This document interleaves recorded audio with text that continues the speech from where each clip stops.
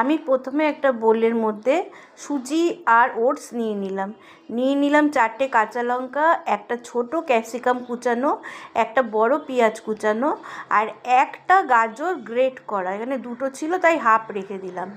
এর মধ্যে আমি দিয়ে দিলাম একটু নুন, দিয়ে দিলাম 4টে ডিম ফাটিয়ে, দিয়ে আমি মিশ্রণটাকে খুব সুন্দর করে মেখে কিছুক্ষণের জন্য রেখে দেব।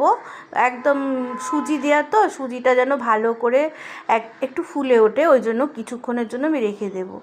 এবার আমি একটা প্যানে একটুখানি তেল দিয়ে দিচ্ছি। তেল ব্রাশ করে দেওয়ার পরে এর মধ্যে আমি ব্যাটারটা অল্প, দেখছো তো কিরম ঠিক করেছি, ঠিক এরমভাবে একটা থিকনেস রাখবে, রেখে অল্প অল্প অল্প অল্প করে এর মধ্যে সবার মধ্যে দিয়ে দেবে।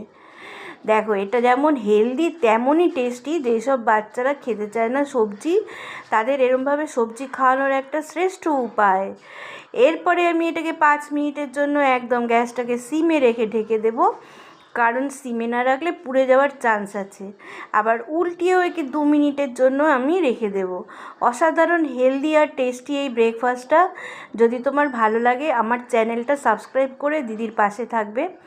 আমি গীতা, আমার চ্যানেলের নাম। চ্যানেলটা সাবস্ক্রাইব করে দিদির পাশে থাকলে দিদি খুবই খুশি হবে। সকাল সকাল তোমার জন্য রেডি হয়ে গেল হেলদি অ্যান্ড টেস্টি ব্রেকফাস্ট। তুমি খেয়ে নাও, এটা খাওয়াও ভালো।